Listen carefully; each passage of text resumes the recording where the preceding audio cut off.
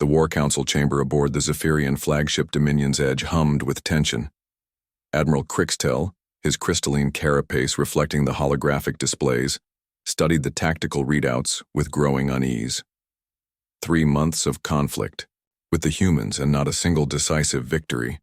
Their fleets were smaller, their technology inferior, yet somehow they continued to outmaneuver the greatest military minds of the Galactic Confederation. "Summon Vorthak," Crixtel commanded, his voice resonating through the chamber's resonance amplifiers. The gathered officers exchanged knowing glances. Vorthak the Inevitable, they called him. In 700 cycles of service, he had never lost a strategic engagement. His mind was a quantum computer wrapped in flesh, capable of calculating probability matrices that spanned entire star systems. If anyone could break the human resistance, it would be him. Vorthak arrived within the hour, his towering frame filling the doorway. Unlike other Zephyrians, he bore no decorative crystals or rank insignia. His pale, translucent skin revealed the intricate neural pathways beneath, pulsing with bioluminescent thought patterns.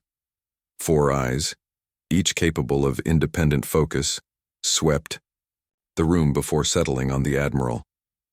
"The humans continue to resist," Crixtel stated, dispensing with pleasantries. "Our analysts believe they possess some form of advanced tactical AI. We need you to identify and neutralize this advantage." Vorthak's primary neural cluster flickered, the equivalent of a nod. "Show me their recent engagements." For the next 3 hours, Vorthak absorbed every detail of human military doctrine.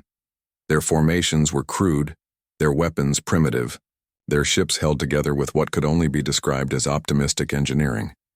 Yet in every encounter, they found ways to exploit weaknesses that shouldn't have existed, to turn disadvantages into victories through sheer audacity and unconventional thinking. "There is no AI," Vorthak concluded, his secondary brain conducting probability analyses even as he spoke. "This is organic intelligence, but operating on principles I cannot model. I require direct observation." The opportunity came sooner than expected. Long-range sensors detected a lone human vessel, apparently disabled, drifting near the contested Kepler 442 system. It was obviously a trap, but Vorthak insisted on proceeding. He needed to understand how these inferior beings were consistently outthinking superior Zephyrian minds. The human ship was indeed a trap, but not the kind anyone expected. As Zephyrian boarding pods attached to the hull, they found the vessel's crew waiting in the cargo bay, not with weapons but with a simple white flag and a proposal for negotiation. The human delegation consisted of 3 individuals, unremarkable by any standard Vorthak could measure. Their leader, who introduced herself as Captain Sarah Chen, was small even by human standards, with graying hair and laugh lines around her eyes. Her companions appeared to be a young technician and an older man, whose only distinguishing feature was a collection of small, colorful cubes clipped to his belt. "We're tired of this war," Captain Chen announced as Vorthak's security detail established a perimeter. "We'd like to propose a different kind of contest, intellectual rather than military." Vorthak's interest was piqued. Through his translator, he responded, "Elaborate." "A challenge between our finest strategic minds," Chen continued.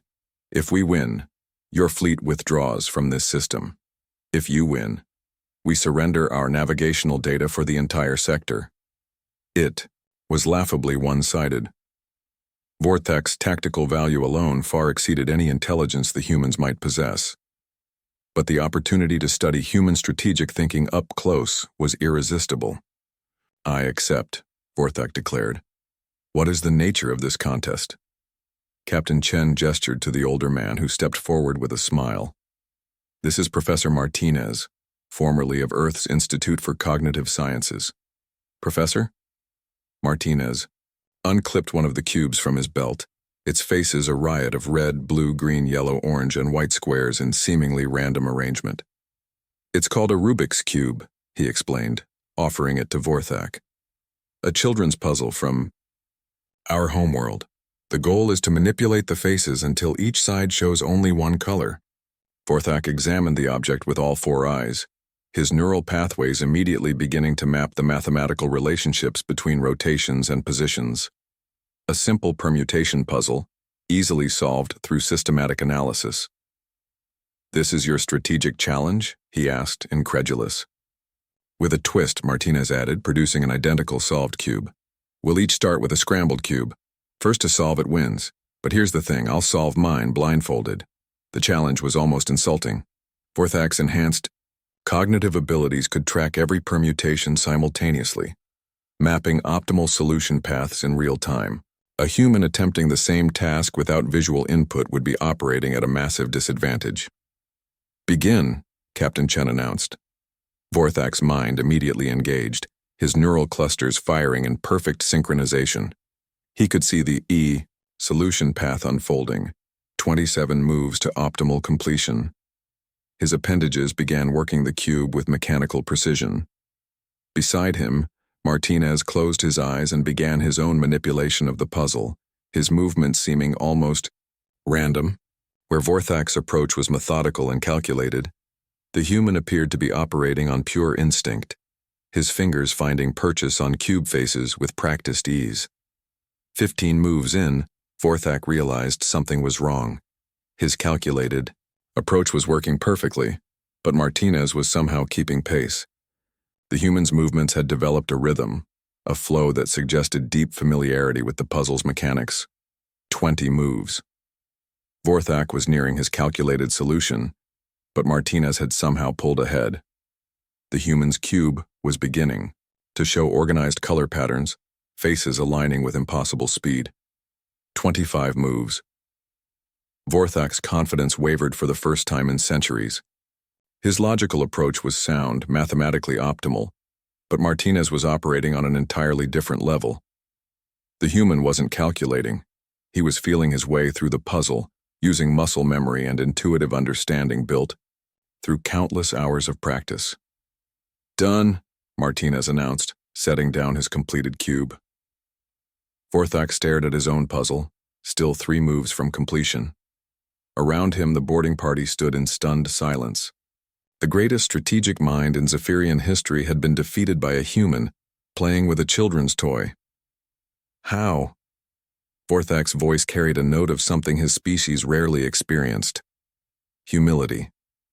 Martinez smiled, picking up Vorthak's unfinished cube and completing it with casual ease. "You tried to solve it with your mind," he explained. "I solved it with my hands. You calculated the optimal path. I learned the patterns. You thought about the puzzle. I became one with it." Captain Chen stepped forward.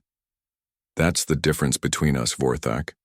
You see problems to be solved through superior intellect. We see challenges to be overcome through adaptation, practice, and understanding. Your species has never learned to fail, so you've never learned to truly succeed." As the Zephyrian fleet withdrew from Kepler 442, Vorthak remained in his quarters, staring at the Rubik's Cube Martinez had given him as a parting gift. For the first time in his long life, he was learning what it meant to practice, to fail, to try again. And in that simple act of repetition, he began to understand why humanity was winning the war.